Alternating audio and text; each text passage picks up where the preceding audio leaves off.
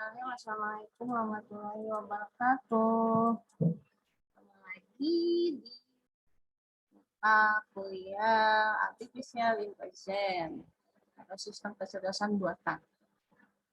Nah, ini adalah materi terakhir yang akan kita bahas di kuliah hari ini ya, yaitu tentang swarm intelligence.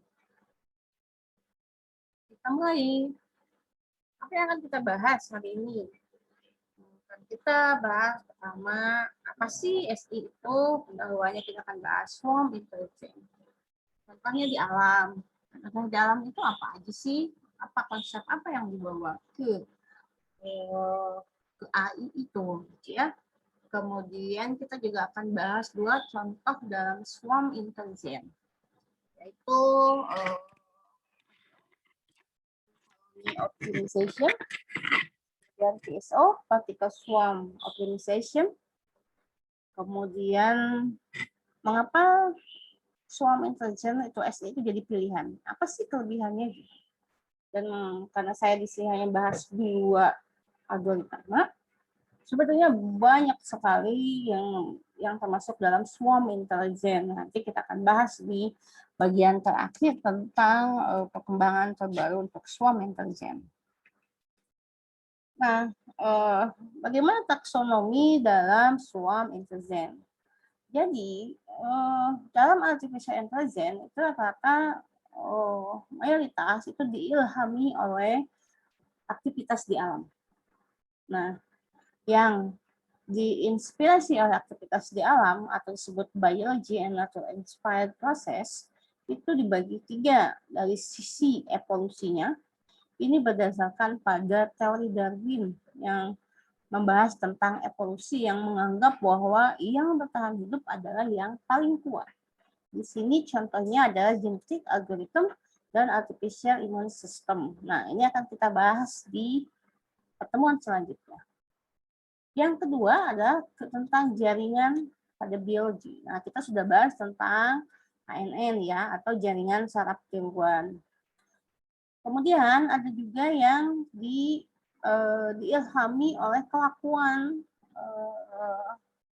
lingkungan, bisa itu berupa hewan, itu bisa berupa sel, gitu ya. Nah, itu dibagi dua, ada swarm intelligence, ada epidemic algorithm. Nah, ini penelitian epidemic algorithm ini sekarang sedang berkembang saat pandemik ini.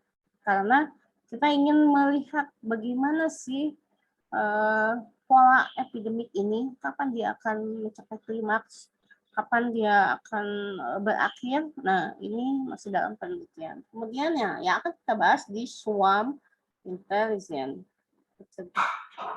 Di salah satu contoh yang akan kita bahas, salah dua yang akan kita bahas ya, itu adalah ACO dan PSO. Nah, kita masuk ke swarm intelligence-nya. Apa sih swarm? Swarm itu ada yang menyebut kawanan, ada juga yang menyebut koloni, ada juga perkumpulan. Kenapa perkumpulan? Kenapa bukan kerumunan? Apa bedanya perkumpulan dengan kerumunan? Kerumunan itu tidak ada tujuan. Makanya sekarang kalau masa pandemi ini kita bilang hindari kerumunan. Kenapa ya? Karena kerumunan itu nggak ada tujuan. Tapi ketika kita bahas perkumpulan atau koloni atau kawanan, maka itu adalah merupakan kumpulan lebih dari satu, bisa 2, 3, bisa ribuan, bisa jutaan. Kumpulan individu yang berinteraksi secara terstruktur. Artinya apa terstruktur? Artinya terstruktur itu ada tujuan, ada pola, ada maksud yang memang ingin dicapai. Gitu. Apa yang maksud dengan agen? Agen atau individu? Agen itu ada bagian dalam kelompok. Nggak mesti sama sih. Misalnya gini, dalam kelompok belajar ada si A, ada si B. Sama-sama manusia, tapi sifatnya beda kan. Jadi nggak selalu mesti identik. Kemudian agen itu berkontribusi dan mendapat manfaat dari grup. Jadi nggak hanya sekedar kumpul, tapi dia punya kontribusinya juga. Kemudian yang ketiga adalah karakteristik si agen dalam sebuah perkumpulan adalah dia bisa mengenali, berkomunikasi, dan berinteraksi dengan satu sama lain.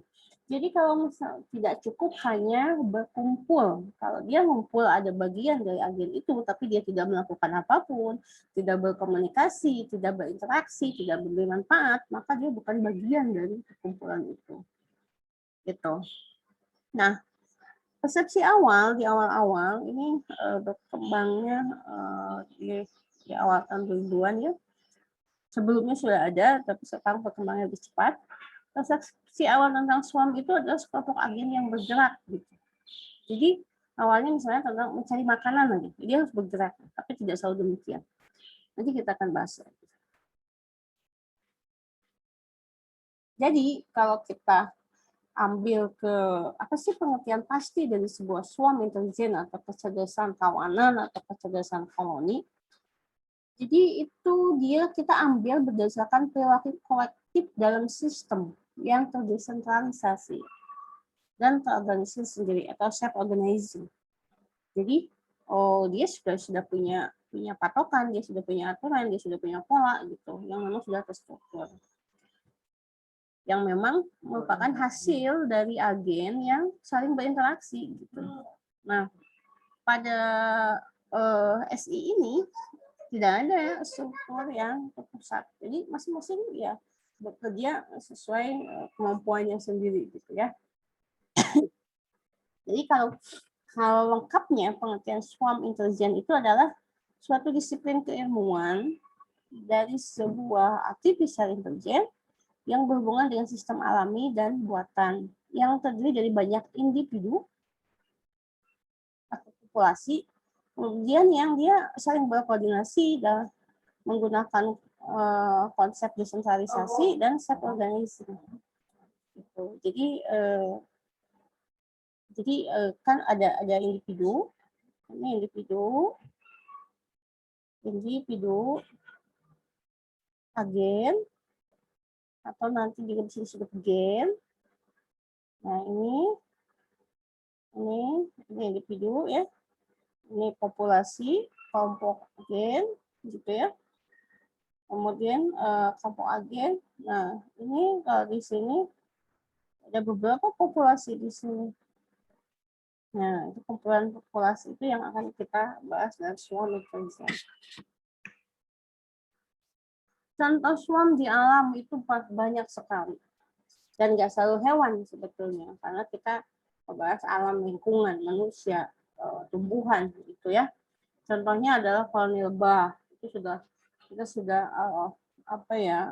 sudah sangat tahu betapa lebah itu memiliki tempat koloni yang luar biasa. Mereka bisa membangun sarang yang sangat terstruktur dengan ukuran yang terdiri dari bentuk segi 6 ya, segi 6 yang sama persis gitu. Mereka kan tidak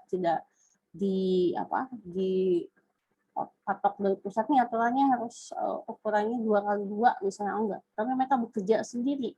Tapi dari situ kita bisa mengambil pelajaran sebetulnya bagaimana sih dia bisa bekerja sendiri tapi hasilnya menghasilkan sesuatu yang luar biasa gitu. Nah itu inspirasi dari alamnya. Kemudian kalau kita sebut koloni semut maka agennya adalah semut. Kalau kita sebut kawanan burung maka agennya ada burung. Nah kalau lintas juga merupakan sebuah koloni, sebuah perkumpulan. Agennya mobil. Ada juga agennya motor gitu ya. Kemudian kalau ada kerumunan itu sebuah koloni, agennya adalah manusia. Ada juga sistem imun gitu. Sistem imun dalam tubuh juga jadi inspirasi alam untuk kecerdasan buatan. Nah, agennya adalah sel. Bagaimana si sel itu memiliki kemampuan untuk menjadi imun dan mematikan virus atau bakteri yang masuk. Kita lihat sejarah awalnya itu tahun 89. Jadi ini sebetulnya mahasiswa S3 mungkin ya tahun 89 yang ngebahas tentang robot server. Kemudian tahun 99 diperluas lagi sehingga nih sebetulnya awalnya dari awal 2000 mulai berkembangnya cepatnya dengan 2000. Awalnya kan tadi seperti di awal bahwa SI itu fokusnya seperti kumpulan yang bergerak tidak selalu. Sehingga kemudian diperluas lagi di awal 2000 itu dengan melihat perilaku-perilaku terutama serangga ya dan hewan yang lainnya. Nah, di awal itu kan kita sehingga jadi tahu ada yang namanya swarm robotics. Nah, karena namanya sistem otomasi itu nggak bisa berdiri sendiri, sehingga disebutlah kita swarm robotik. Jadi ada sekelompok robot yang bisa saling berkomunikasi. Gitu. Bagaimana sih robot yang terpisah itu bisa saling berkomunikasi dan bisa melakukan tugasnya masing-masing untuk saling melakukan tugas kelompok, gitu ya. Nah, akhirnya sejalan dengan teknologi simulasi yang makin berkembang, kemudian ilmuwan itu mulai memodelkan perilaku sederhana semut. Karena semut itu kalau Anda bahas tentang keajaiban semut gitu ya, itu bagaimana dia bisa membangun sarang atau rumah yang yang yang besarnya bisa begitu juta kali lipat dari tubuhnya sendiri gitu. Dan itu di dalam sarang semut itu ada pembagian, ada yang jadi pekerja, ada yang jadi ratu, ada yang menjaga telur-telurnya, ada yang mencari makanan, ada yang membangun rumah, gitu. Kemudian ada pembagian ruangan, oh ini ruangan untuk telur, ini ruangan untuk ratunya, ini ruangan untuk cadangan makanan. Nah itu kan sesuatu yang luar biasa. Nah bagaimana kita bisa memodelkan itu? Karena kreasi dari alam ternyata membuktikan bahwa mereka bisa bertahan gitu dengan ganasnya alam. Artinya apa? Artinya ya mereka mempunyai perilaku yang luar biasa dan itu yang diadopsi ke kecerdasan buatan. Gitu. Nah, di awal memang fokusnya ke serangga. Kenapa serangga? Karena serangga itu sel otaknya hanya beberapa ratus, tapi dia terkenal dengan organisir untuk membuat sebuah sarang dengan arsitektur yang luar biasa. Kemudian sistem komunikasinya yang kompleks. Bagaimana ketika ada bahaya, bagaimana dia bisa mencari makanan gitu. Kemudian dia punya ketahanan terhadap bahaya di alam dan sebagainya. Jadi itu luar biasa gitu ya.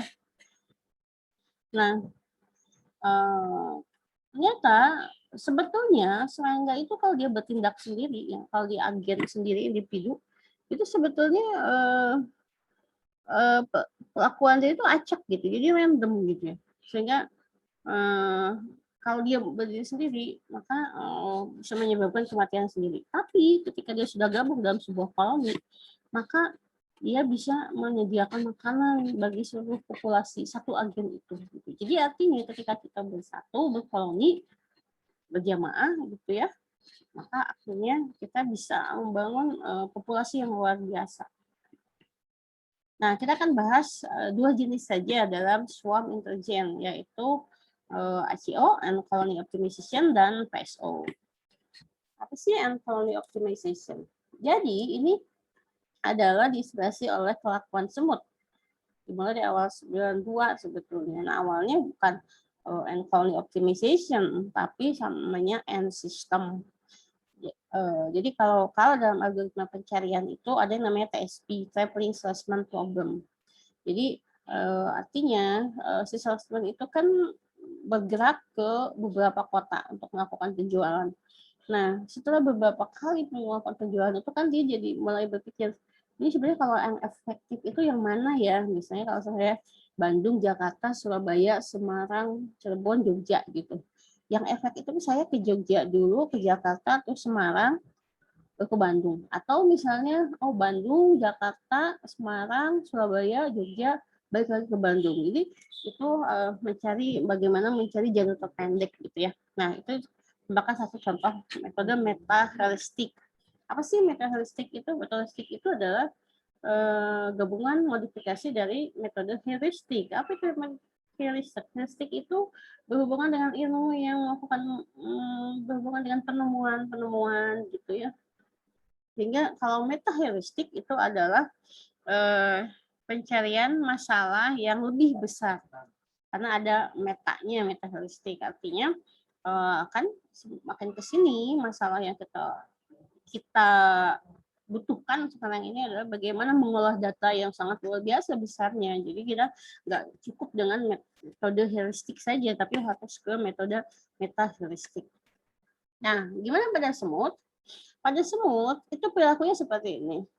Ada satu semut ini food ya, ini makanan. Ini sarang dia ini. Ini sarang dia rumahnya. Ada satu semut yang kemudian dia menemukan, dia acak nih awalnya. Dia acak jalannya dari sini.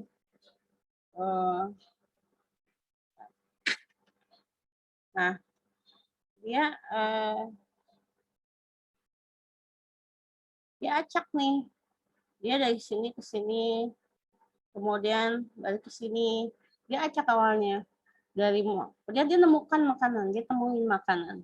Nah, dia harus balik dong ke koloninya dia, ke sini, untuk memberitahu teman-temannya bahwa itu loh, ada makanan di satu titik itu gitu. Akhirnya dia balik ke sini ke koloninya, dia kasih tahu ke teman-temannya ada makanan di suatu titik. Akhirnya teman-temannya ke sana, tapi teman-temannya itu ketika bertindak dia mencari nih, ada yang jalannya lewat sini, ada yang jalannya lewat sini, ada yang ke sini, ada yang ke sini. Nah, bolak-balik terus sampai dia dapatkan nilai terbaik ya terpendek. Sehingga di akhirnya si semut itu mempunyai kemampuan untuk mencari jalan terpendek dari sarang ke makanannya. Sehingga akhirnya dia kan ambil makan itu bolak-balik ya, karena dalam koloni dia tahu jalan terpendeknya ke sini. Jadi dia bolak-balik aja ke sini. Nah, itu namanya fitness value. Fitness value adalah nilai yang terbaik, yang terfit lah gitu ya. Jadi algoritmanya pertama dari sini adaptasi ini kita masukkan ke algoritma di sini. Pertama dia mencari cari makanan gitu ya. Kemudian dia menghitung probabilitasnya, kalau ke sini bagaimana, kalau lewat jalur B gimana, kalau lewat jalur C gimana. Kemudian dia update feromon. Jadi dalam semut itu ada yang namanya feromon. Feromon itu adalah seperti sebuah cairan yang dikeluarkan semut untuk menandai jalan dia. Jadi supaya dia setelah dia menemukan makanan, dia kan pengen tahu nih jalannya gimana supaya dia tahu supaya dia bisa balik lagi, dia simpan di sini feromonnya. Ini sehingga ketika dia ketemu ke sarang, dia akan menyusuri feromon itu. Gitu. Tapi kemudian setelah itu ada teman dia yang melihat ini kayaknya ke sini kejauhan deh, kalau ke sini. Kita cari ke sini deh. Nah, dia nyimpan feromon di sini, itu namanya diupdate feromonnya. Setelah itu baru dihitung, oh ternyata setelah mulai proses pembelajaran, kan proses dalam AI itu adanya proses pembelajaran, akhirnya tak dapatlah yang nilai terbaik itu fitness value-nya dia ke sini, jalan terpendeknya. Nah, sehingga dia dapatkan masalah yang optimal, penyelesaian masalah yang optimal. Nah, itu. Jadi dari situ kemudian kita masukkan, kita simulasikan, diambil, dibawalah ke artificial yang berdasarkan tadi menggunakan feromon itu. Jadi itu adalah bagaimana semut mengikuti jalur untuk mendapatkan makanan. Oke.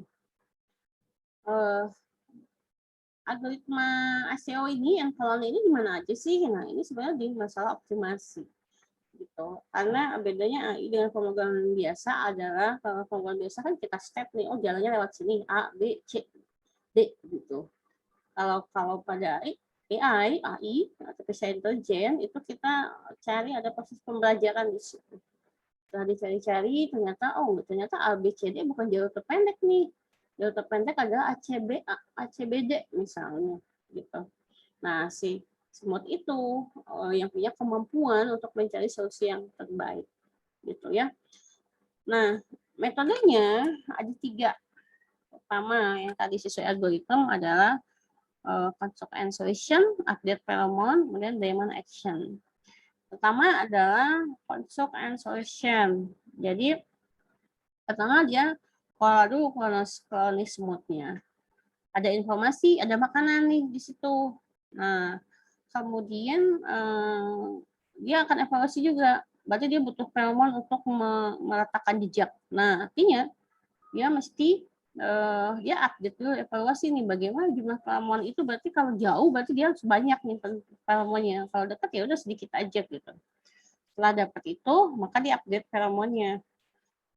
Nah, dia juga harus belajar nih nyimpan feromonnya dari jarak pendek atau jarak panjang. Kalau misalnya jaraknya panjang, berarti dia harus sedikit-sedikit begitu.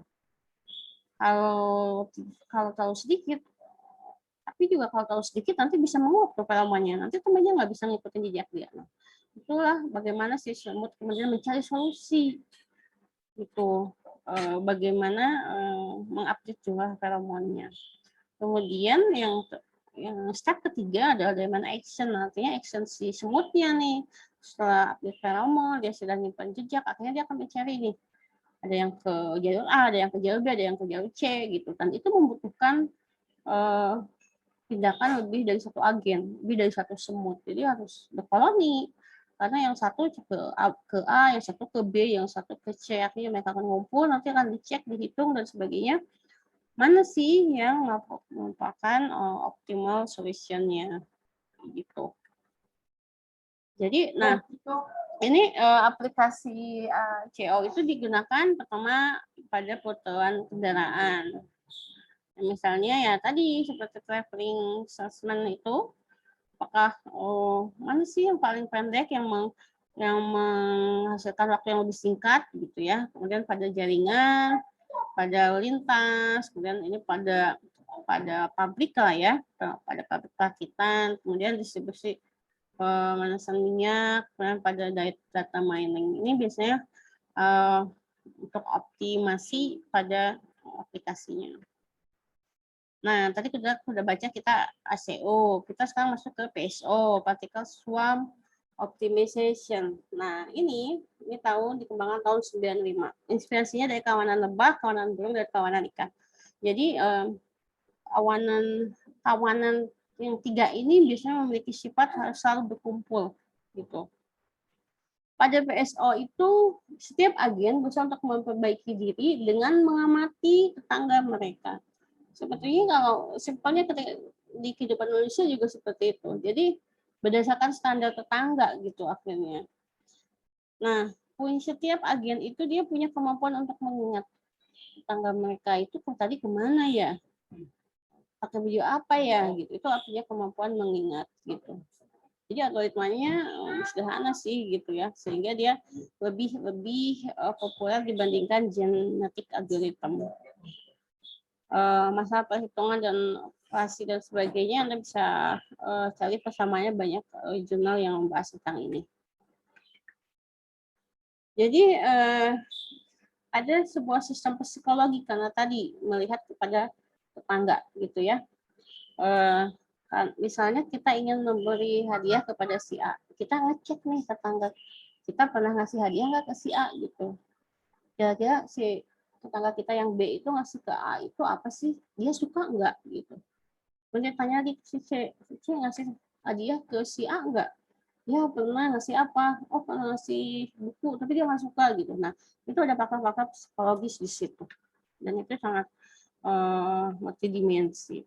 Nah, kenapa kita pakai sosial psikologi yang tadi ngecek tetangga itu? Karena setiap agen, setiap individu itu kan sebenarnya bergerak menuju satu sama lain. Jadi ketika misalnya tetangganya lebih kaya, kita juga pengennya lebih kaya juga dong gitu ya. Kemudian saling mempengaruhi karena ya itu tadi perkumpulan dan koloni itu memang sifatnya mesti saling mempengaruhi gitu ya. Dan memang ada kecenderungan setiap individu itu ingin mirip dengan tetangga mereka. Kalau tetangga kita punya mobil, kita juga pengen punya mobil. Kalau tetangga kita rumahnya 3 lantai, kita juga pengen 3 lantai. Nah itu ada sosial psikologinya ada di situ gitu. Kemudian individu juga dipengaruhi oleh tindakan mereka sebelumnya. Jadi misalnya kalau saya pakai baju ini, kira-kira tetangga kesannya apa ya? Apakah dia suka nggak? Misal kalau saya pakai baju merah, tetangga saya yang si A sepertinya kurang suka gitu. Nah, itu eh, itu juga ditentukan oleh tindakan mereka sendiri sebetulnya gitu. Jadi intinya pada PSO itu adalah bagaimana kita mencari sesuatu yang optimal berdasarkan pada orang di sekitar kita gitu. Nah, sehingga arah gerakan kita melihat pada tetangga seperti pada kawanan ikan atau kawanan burung yang terbang bareng-bareng itu kalau pada musim migrasi itu kan dia arah gerakannya itu ya melihat pada posisi burung terdekat di sekitar dia gitu. Dia nggak akan keluar dari barisan itu karena dia ngikut dengan tetangganya kemana cenderungnya dia ke utara, ya udah kita ikut ke utara gitu. Kecepatannya juga mesti dicek. Kalau misalnya si burungnya terbang dengan kecepatan 2 km per jam, maka kita harus dioptimalkan juga sama supaya nggak ketinggalan gitu ya. Nah, sehingga pada kumpulan burung yang terbang bermigrasi itu memang ada yang namanya lokasi individu baik sukses. Jadi lokasi yang baik yang dia menentukan, mungkin dia dipengaruhi kecepatan angin, mungkin juga ada awan, ada apa gitu. Sehingga setiap individu itu akan bergerak menuju area yang lebih baik karena tadi dalam lingkungan koloninya. Nah, itulah maka kan sebetulnya tujuan utamanya adalah dia mencari bergerak menuju area yang lebih baik, lebih nyaman, lebih bagus gitu. Sehingga dia harus belajar dari lingkungannya. Lingkungannya menuju kemana. Nah, kita ikutin itu yang contoh dalam hewan seperti dalam burung atau pada koloni ikan yang sedang bermigrasi gitu ya. Nah, parameter yang ada pada PSO algorithm itu pertama adalah faktor penyempitan. Kita harus melihat nih sekitar kita itu menuju kemana ya, kita ke sana. Kalau mulai menyempit berarti kita harus menyeimbangkan diri nih. Kita juga harus ikut menyempit gitu. Kalau lajunya berkurang ya kita berkurang. Kecepatannya juga begitu. Seperti tadi ketika kecepatan burung bermigrasi, kita cek dulu sebelah nih, jangan sampai kita terlalu cepat atau terlalu lambat gitu ya. Kemudian ada parameter kognitif, artinya kita cek nih tetangga kita yang terbaik itu siapa, maka itu bisa dijadikan contoh. Kemudian ada juga parameter sosial.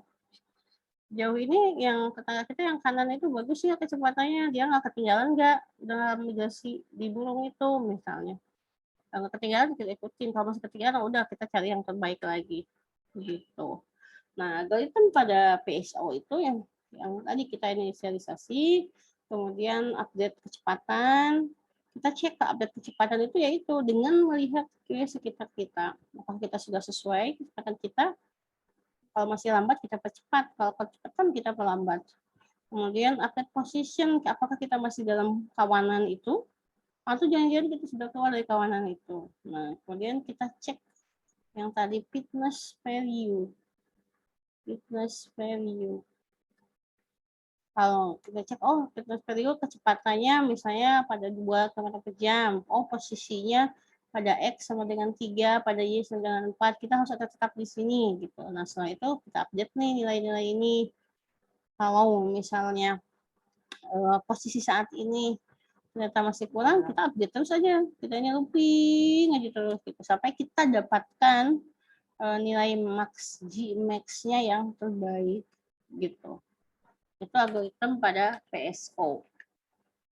Nah, aplikasi PSO itu analisis, contohnya adalah analisis tremor. Tremor itu getaran pada manusia. Jadi kenapa ya kalau ada yang stroke misalnya gerakannya kemana gitu? Kenapa dia bisa bergerak? Saraf apa yang dipengaruhinya gitu ya? Kemudian status perubahan baterai kita harus cek karena kan baterai itu kan nggak satu ya, 2. Atau secara hibrida dia apakah dari solar cell misalnya pengaruhnya gimana gitu. Penilaian kinerja manusia pada perorangan juga begitu, pada sebuah kantor, pada sistem manajemen gitu ya. Ini optimasi campuran berbagai bahan, misalnya kita ingin buat sebuah alloy dari berbagai logam gitu ya. Yang bagus itu yang persen CU-nya berapa, yang persen besinya berapa gitu. Nah, kita optimasinya bisa pakai aplikasi PSO gitu ya. Nah, PSO soal algoritma evolusi itu mirip sebetulnya. Karena tadi PSO itu dalam swarm, tapi kalau algoritma evolution itu berdasarkan evolusi gitu ya, berbasis pada sistem evolusi. Bedanya PSO itu sebagai sebuah alternatif ke evolution itu dia sebetulnya tidak hanya melihat tetangganya tapi melihat lingkungannya. Kalau lingkungannya dipengaruhi oleh berbagai lingkungan yang lain. Nah, tapi dalam PSO itu nggak ada seleksi, artinya tidak kalau evolution kan yang terkuat adalah yang bertahan hidup gitu. Kalau dalam PSO nggak seperti itu. Jadi kalau evolusi algoritma itu yang kuat, yang sehat, yang terbaik. Tapi kalau PSO itu nggak begitu. Dia dipengaruhi oleh keberhasilan agen-agen atau individu dan tetangganya, sehingga pergerakannya untuk mencari area yang lebih nyaman begitu. Jadi tidak ada yang tertinggal karena itu bukan evolusi. Nah, kenapa swarm intelijen ini diterapkan? Karena tadi mudah diterapkan ke berbagai aplikasi, kemudian mudah dimengerti, mudah diimplementasikan, dan efisien. Kelebihannya adalah karena pada konsep di alam kan sebetulnya SI itu adalah membahas tentang ribuan agen, bahkan ada jutaan agen. Dalam satu koloni itu kan semut bisa terdiri dari jutaan semut gitu.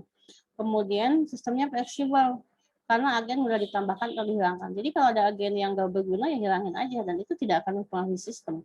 Itu karena saking banyaknya agen. Kemudian sistemnya kuat. Karena kalau misalnya seperti tadi pada semut, bagaimana dia mencari jarak terpendek ke makanan, tapi ternyata ada satu agen yang gagal mencari jarak terpendek, maka itu efeknya kecil. Karena yang tadi, karena kita koloni, jadi kuat sistemnya gitu. Dan dia bisa beradaptasi. Jadi itu sistem pembelajarannya akan terus berjalan. Nah, sekarang pengembangan terbaru SI itu banyak banget. Kalau Anda cari tentang swarm intelijen pasti akan sampai ratusan. Ada yang terinspirasi oleh lebah, ada yang terinspirasi oleh cacing, ada cako itu ya sejenis hewan pengerat di Australia gitu ya. Kemudian bagaimana bat kelawar gitu ya, bagaimana dia mencari makanan, bagaimana dia mengoptimasi dia mencari makanan di malam hari kan gelap gitu ya. Nah, ada juga yang berbasis pada ayam. Nah, ada bahkan yang berbasis pada cockroach cuhuk gitu ya. Bagaimana dia bisa mencari tempat yang lembab untuk mencari makanan. Ada juga yang misalkan firefly atau serangga. Kemudian shark ini kawanan di laut di lautan dalam. Kemudian spider, laba-laba, paus, ada juga yang kucing ya. Kucing itu seperti sendiri-sendiri tapi dia akan lebih kuat dengan berkoloni. Ada yang butterfly berdasarkan pada kupu-kupu, ada berdasarkan ikan, ada yang bakteri, ada juga pigeon. Pigeon apa ya? Angsa ya, pigeon. Oke. Nah, kita lihat nih. Jadi ada yang berbasis insek, ada yang berbasis bakteri, ada berbasis burung. Burung itu unggas maksudnya ya, misalnya amfibi. Kemudian hewan liar. Ada yang ants, bees, lebah gitu ya, laba-laba gitu. Kemudian pigeon, kalau yang bakteri yang tadi bakteri purging, kemudian ini molekul, kemudian berbasis unggas itu laba-laba, angsa, elang, kemudian berdasarkan amfibi, frog, katak, ikan, lumba-lumba. Kemudian ada yang di alam singa, serigala, kucing gitu ya, yang alam liar itu. Jadi banyak sekali yang di sini. Nah, kalau kita lihat perkembangannya dari 91 sampai ini yang data terbaru dari 2017, yang terbaru itu ada grasshopper, kemudian paus, ada yang misalkan insek, bakteri, burung, mamalia, ikan, katak, kemudian yang lainnya ada buffalo, bumblebee, dragonfly, moth, kemudian greenwolf, wolf colony, clearhead bird, bird mating, banyak sekali. Jadi kalau Anda mau membuat tugas akhir atau misalnya apa, cari optimasi cara baru gitu ya. Berdasarkan apa? Cari jurnalnya, bagaimana perhitungannya, bagaimana aplikasi kalau Anda pakai metode Kumatrade misalnya atau Python. Nah, itu banyak sekali jurnal yang membahas tentang itu. Oke, untuk kesempatan ini untuk swarm intelligence, begitu dulu saya hanya kasih tahu di dasarnya banget bagaimana sebuah sistem kecerdasan bisa diambil dan terinspirasi oleh alam. Intinya adalah alam itu sudah terbukti kuat. Intinya adalah ciptaan Allah itu sudah terbukti kuat untuk menghadapi berbagai masalah hidup gitu. Sehingga nah inspirasi dari alam itu kemudian kita ambil ke kecerdasan buatan untuk dia ambil pelajarannya bagaimana sih dia bisa menghasilkan solusi yang optimal dalam menghadapi berbagai masalah begitu. Jadi sekali lagi intinya seperti yang saya bilang di awal bahwa artificial intelligence adalah konsep bersyukur kita atas segala penciptaan yang sudah diberikan oleh lingkungan. Karena semua yang kita buat itu memang semuanya berbasiskan pada alam. Itu saya dulu, mohon maaf jika ada kesalahan, jika ada kurang lengkap, jika ada pertanyaan dan kebingungan, sudah pasti karena teori kita ini banyak. Harusnya swarm intelligence itu memang mesti bahasanya luas banget gitu ya, nggak cukup dalam satu pertemuan. Begitu dulu, terima kasih. Assalamualaikum warahmatullahi wabarakatuh.